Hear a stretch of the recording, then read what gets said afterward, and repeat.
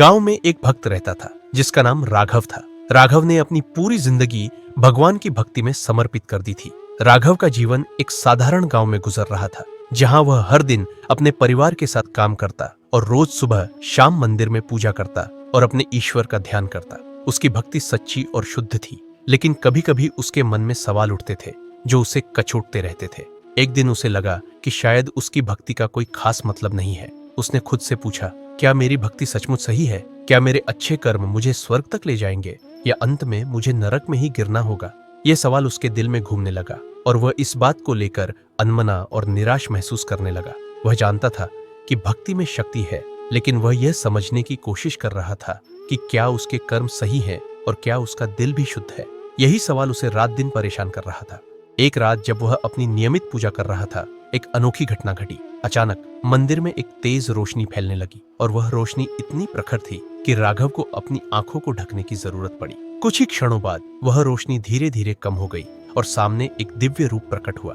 वह देवता का रूप था, जिनकी मूर्त मंदिर में रखी हुई थी, लेकिन अब वह उनके सामने वास्तविक रूप में खड़े थे। राघव ने नतमस्तक होकर उनका स्वागत किया और डरते हुए पूछा, हे देवता, आप यहाँ क्यों आए हैं?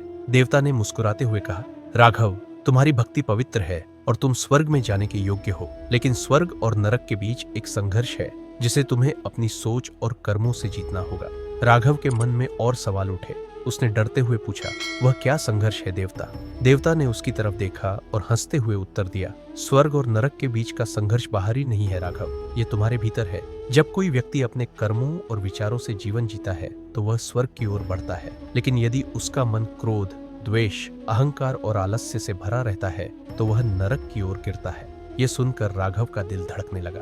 उसे महसूस हुआ कि भक्ति सिर्फ पूजा तक सीमित नहीं हो सकती। उसे समझ में आ गया कि उसकी भक्ति का असली अर्थ तभी होगा जब उसका दिल और सोच शुद्ध होंगे।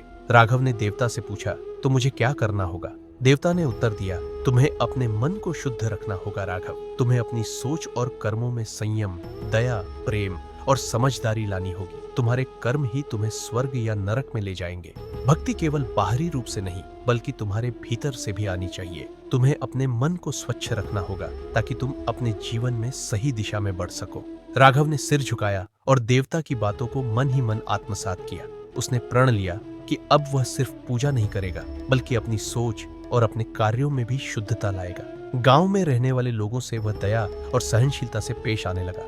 जब भी उसका मन क्रोधित होता, वह खुद को शांत करता और संयम से काम लेता। उसने यह समझ लिया कि यदि उसकी भक्ति सच्ची होनी चाहिए तो उसे खुद को बदलना होगा। समय के साथ राघव का मन शांत हो गया। उसके भीतर जो अशांति थी वह धीरे धीरे समाप्त होने लगी। उसके कार्यों में बदलाव आया और उसकी भक्ति भी गहरी होती चली गई। अब वह केवल पूजा करने के समय तक नहीं रुकता था, बल्कि हर पल में भगवान की उपस्थिति को महसूस करने लगा। उसने सोचा कि हर कर्म, चाहे वह छोटा हो या बड़ा, भगवान के प्रति भक्ति और श्रद्धा का हिस्सा बन सकता है। और धीरे धीरे राघव के जीवन में बदलाव आना शुरू हो गया। उसका गांव में सम्मान बढ़ने लगा। लोग उसकी दया, प्रेम और सहनशीलता की सराहना करने लगे। एक दिन राघव का जीवन समाप्त हुआ। जब वह अपनी अंतिम सांसें ले रहा था, देवता ने फिर से उसके सामने आकर कहा, राघव, तुमने जिस संघर्ष को अपने मन और कर्मों से जीता है, उसी ने तुम्हें स्वर्ग में पहुंचने के योग्य बना दिया है। राघव ने मुस्कुराते हुए कहा, अब मुझे समझ में आ गया है भगवान, स्वर्ग और नरक का संघर्ष केवल बाहरी नहीं है,